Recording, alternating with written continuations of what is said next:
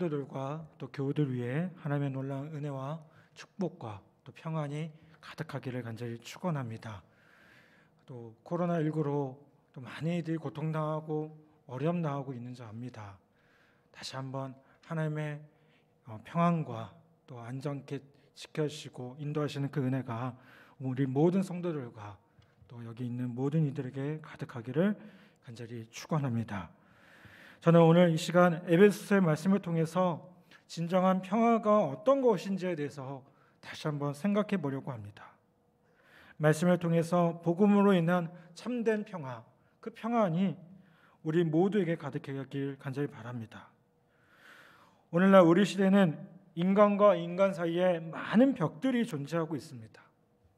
경제적인 벽이 있고요, 정치적인 벽도 있습니다. 또 군사적인 벽도 있고요, 세대 간의 벽들 같은 많은 벽들이 우리를 나누고 있습니다. 가진 자와 못 가진 자, 강대국과 약소국, 배운 사람과 그렇지 못한 사람 사이의 처절한 다툼은 아직도 우리의 삶 가운데 계속되고 있음을 보게 됩니다. 또 코로나가 오래 지속되다 보니까요, 사람들이 더 예민해져서 그런지 다른 사람의 다른 것들을 인정하지 못하고 계속해서 그들을 향해서 혐오하는 그런 모습들이 더 많아지는 것을 보게 됩니다.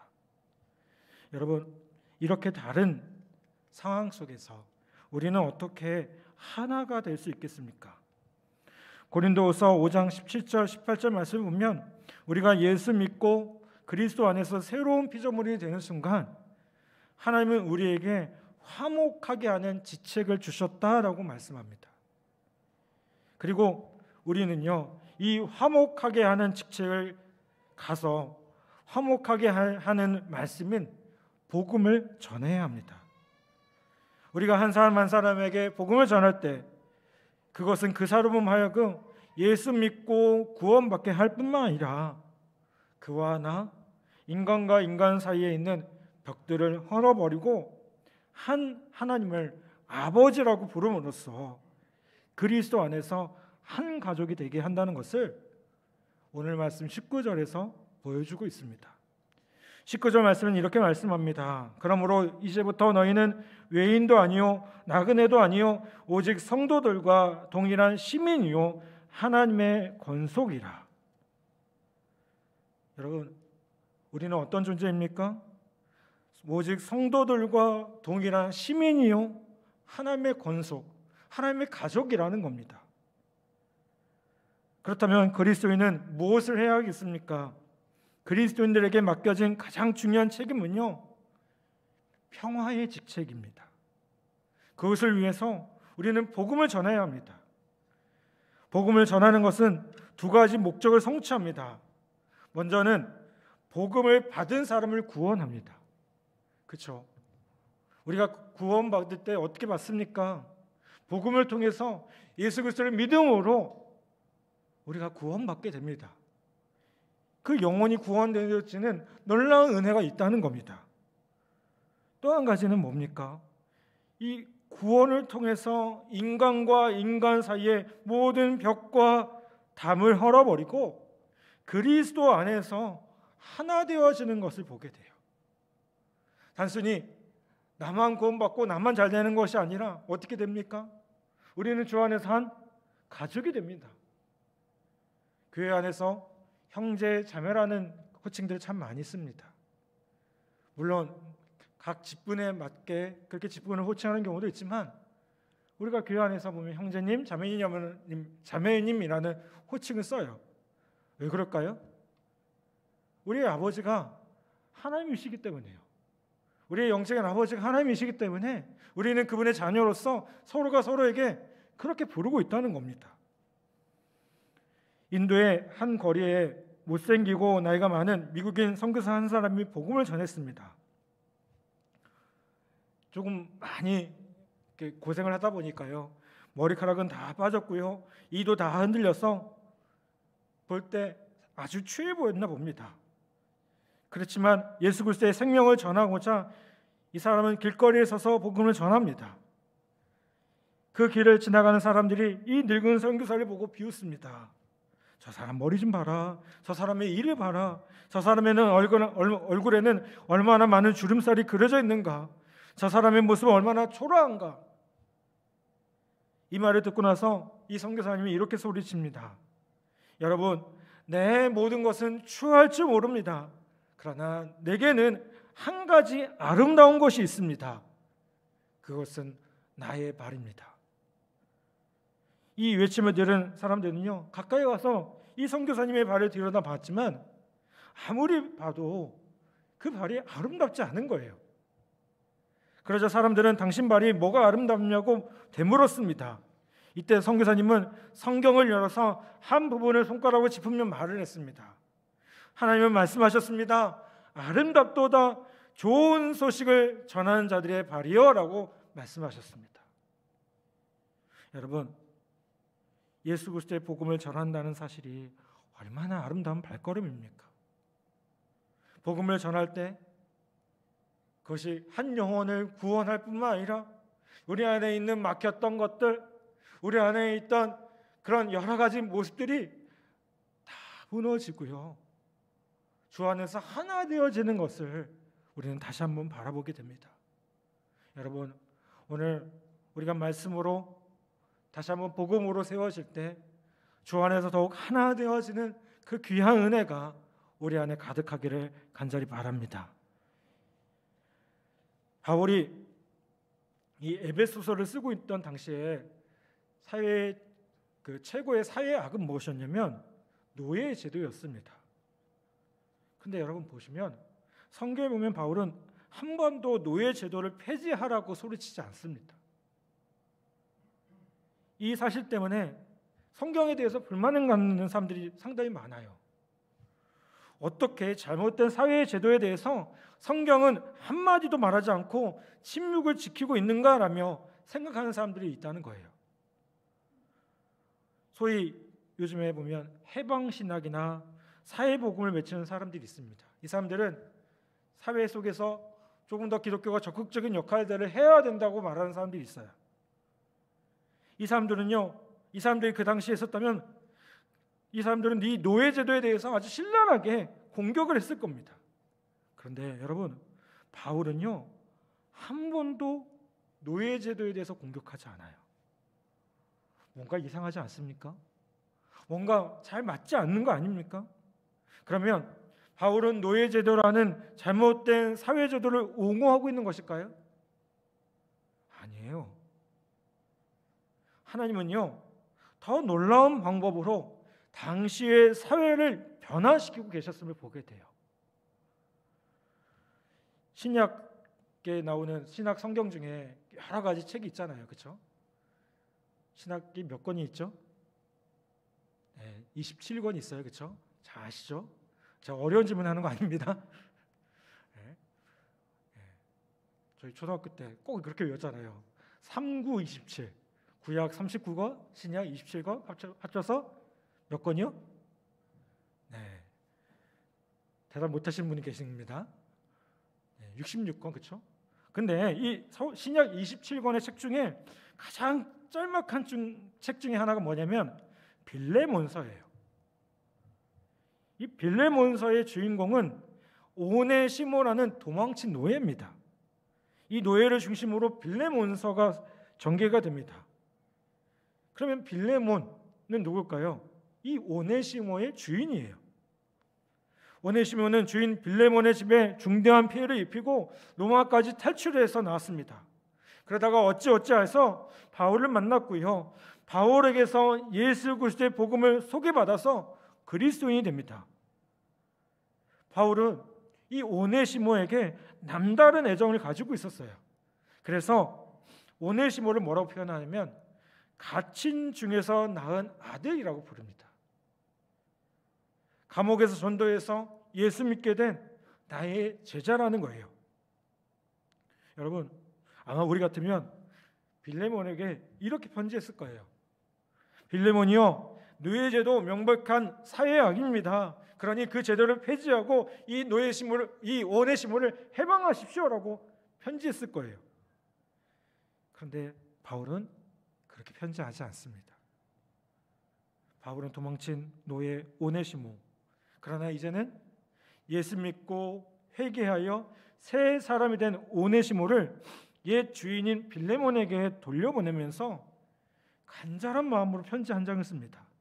그게 뭐냐? 바로 빌레몬서예요. 그 편지 가운데 바울은 이렇게 말합니다. 빌레몬, 오네시모가 이제 당신에게 돌아갑니다. 오네시모가 당신에게 빚진 것이 많습니다. 그 빚을 내가 다 갚기를 원합니다. 그런데 빌레몬요, 이 사실을 알아주십시오. 오네시모는 변했습니다. 그는 복음을 받아들였고 하나님의 자녀가 되었습니다. 그러므로 그는 더 이상 단순한 종이 아니라, 노예가 아니라 예수 믿었기 때문에 그리스도 안에서 그는 당신의 형제입니다. 빌레몬, 이 오네시모를 당신의 형제로 받아주십시오. 이런 내용의 편지를 써요. 여러분, 빌레몬 역시 예수 믿는 사람이었기 때문에 기도할 때마다 하나님을 어떻게 불렀을까요? 아버지라고 불렀을 거예요. 우리가 그렇게 기도하잖아요. 오네시모도 예수를 믿고 그리스도인이 된 다음에 기도하면서 하나님을 아버지라고 부릅니다. 그러면 여러분, 빌레몬과 이 오네시모의 관계는 무슨 관계입니까? 무슨 관계예요? 형제 관계예요. 그렇죠? 어려운 질문을 합니까? 어려운 질문 아니죠. 그렇죠? 하나님을 하나 아버지라고 부르는데 당연히 형제 관계죠. 그렇죠? 그들이 그리스도 안에서 형제가 되었을 때, 복음을 받아들이고 형제가 되었을 때요, 그때에는요, 노예제도 폐지하라고 소리치지 않아도 노예제도는 어떻게 됩니까? 자연스럽게 없어지는 거예요. 자연스럽게. 이게 뭐예요? 성경의 방법이었다는 겁니다. 오늘날 제가 앞서 말한 사회복음이나 또 해방신학에 대해서 말하는 사람들은요, 사회제도에 관해서 아주 날카로운 비판을 하면서 우리가 눌림받은 사람들 편에 서야 된다라고, 연약한 사람들 편에 서야 된다라고 강조를 해요. 맞습니다. 저도 그 부분에 대해서 어느 정도는 존중합니다. 그런데 이 사회복음이나 해방신학을 주장하는 사람들이 생각하지 못한 부분들이 있어요. 그게 뭘까요? 하나님은 소외된 이웃뿐만 아니라 억압하는 그 사람도 사랑하고 있다는 거예요.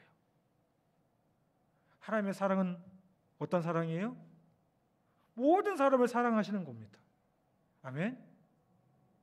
하나님이 이 세상을 사랑하셨는데요, 특정한 누군가만 사랑한 게 아닙니다. 소외된 사람들만 사랑한 것이 아닙니다. 모두를 사랑하신 겁니다. 하나님의 사랑의 명단에는요, 우리 모두의 이름이 다 적혀져 있다는 겁니다.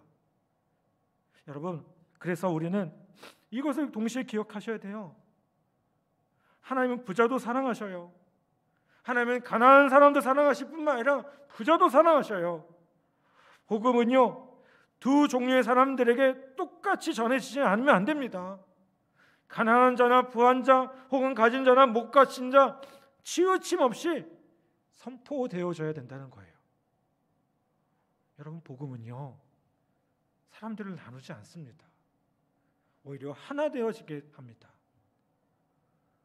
어떤 교회를 보면 창년 되면 막 모입니다.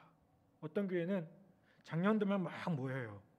물론 교회적인 상황에 따라서 다를 수도 있겠죠. 또 특히 군인교회를 보면 어떻습니까? 군인교회라는 특성상 젊은 남성들이 많은 게 사실이기도 합니다. 그런데 여러분, 그런 특수한 경우를 제외하고는요, 건강한 교회는 어떤 교회일까요? 유치부부터 장년의 일일까지 골고루 함께하는 교회예요. 여러분, 우리 교회가 여기 있는 분들에게만 목회를 하고 있는 게 아닙니다. 우리 학생부, 초등부, 유치부 다 중요해요. 그렇다고 그 사람들만 중요할까요? 아니요. 여러분들도 중요해요. 여러분들도 중요해요. 그래서 여러분, 교회가 건강하게 세워지려면 그런 모든 부서들이 건강하게 하나 되어질 때만, 자라갈 때만 건강한 교회가 될 수 있다는 겁니다.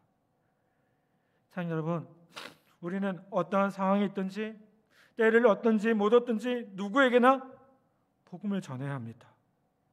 그 복음을 통해서 구원받은 우리는 가진 자나 못 가진 자나 가난한 자나 부한 자 모두가 주 안에서 한 형제 자매라는 사실을 우리가 다시 한번 기억해야 된다는 겁니다. 이게 진정으로 뭐예요? 평화를 누리는 방법입니다. 화평케 되는 방법입니다. 이것이요, 예수 그리스도의 복음의 능력으로 세상을 변화시키는 방법임을 보게 됩니다. 21절, 22절은 또 이렇게 말씀합니다. 그의 안에서 건물마다 서로 연결하여 주 안에서 성전이 되어가고 너희도 성령 안에서 하나님이 거하실 처소가 되기 위하여 그리스도 예수 안에서 함께 지어져 가느니라. 아멘. 여러분, 우리가 죄를 회개하고 믿음으로 예수 그리스도를 주로 고백했을 때 우리 안에 누가 거하십니까? 성령이 거하시는 거죠. 아멘. 우리 안에 하나님께서 역사하셔요. 하나님의 영이 역사하셔요. 그러면 우리의 몸이 뭘까요? 성전이 되는 거예요. 하나하나의 작은 성전입니다. 따로 떨어져 있는 섬이 아니에요. 우리 안에 계신 그 예수님 때문에, 그 하나님 때문에, 그 성령 때문에 우리는 서로 다 연결되어서 주 안에서 뭐가 되는 거예요? 큰 성전이 되는 겁니다. 주 안에서 성도 한 사람 한 사람이 모여서 이루는 하나의 큰 성전, 이게 뭘까요? 교회라는 거예요.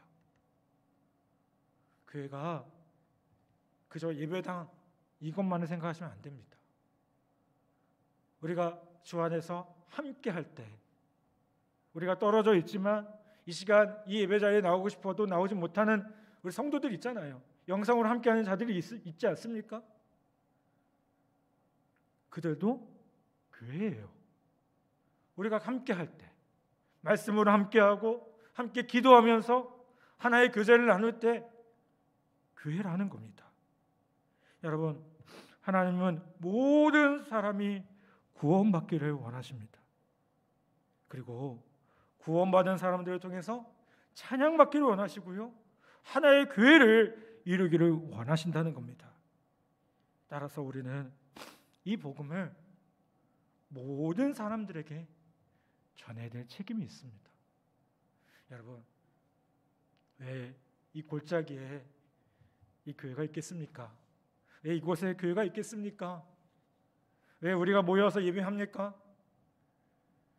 여러분, 이 시간 다시 한번 우리가 하나님의 이름으로 하나 되어져서 그분을 높이고 또 하나의 교회로서 세워지기 위해 우리가 함께 예배하고 있는 줄 믿습니다. 여러분, 우리가 그렇게 주 안에서 하나 되어져서 주님 주신 그 사명을 잘 감당하는 우리 모두 되기를 간절히 바랍니다. 여러분, 복음이 저와 여러분을, 그리고 우리를 그리스도 안에서 더 뜨거운 가족이 되게 합니다. 우리가 어떻게 하나 될 수 있겠습니까? 교회에서 회의하다 보면 참 많이 경험하는 일이 뭐냐면 참 다르다는 겁니다. 부부가 살아오면서 느끼는 게 뭐예요? 부부가 참 달라요. 그렇죠? 당연히 다를 수밖에 없죠. 그런데 부부도 다른데 이 교회 안에서 한 성도들 모였을 때 얼마나 다르겠습니까? 그렇지만 우리가 다름에도 불구하고 하나 되어지는 이유가 무엇입니까? 우리가 하나님을 아버지라고 고백하고, 아멘? 우리가 주 안에서 형제 자매로서 하나 되어졌기 때문에, 그리고 그분만을 찬양하고 그분만을 바라볼 때 우리가 주 안에서 더욱 하나 되어질 수 있다는 사실을 우리 모두가 다시 한번 기억하기를 간절히 바랍니다. 코로나19가 지속되면서 참 많은 분들이 이렇게 더 예민해지고 힘들어하는 분들이 많이 계신 것 같아요.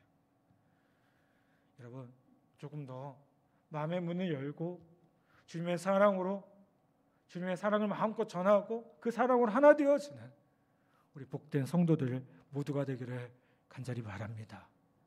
아멘. 다시 한번 주님의 사랑 가운데 주 안에서 하나 되어지는 우리 복된 성도들과 교우들 되시기를 주님의 이름으로 간절히 축복합니다. 이 시간 우리 말씀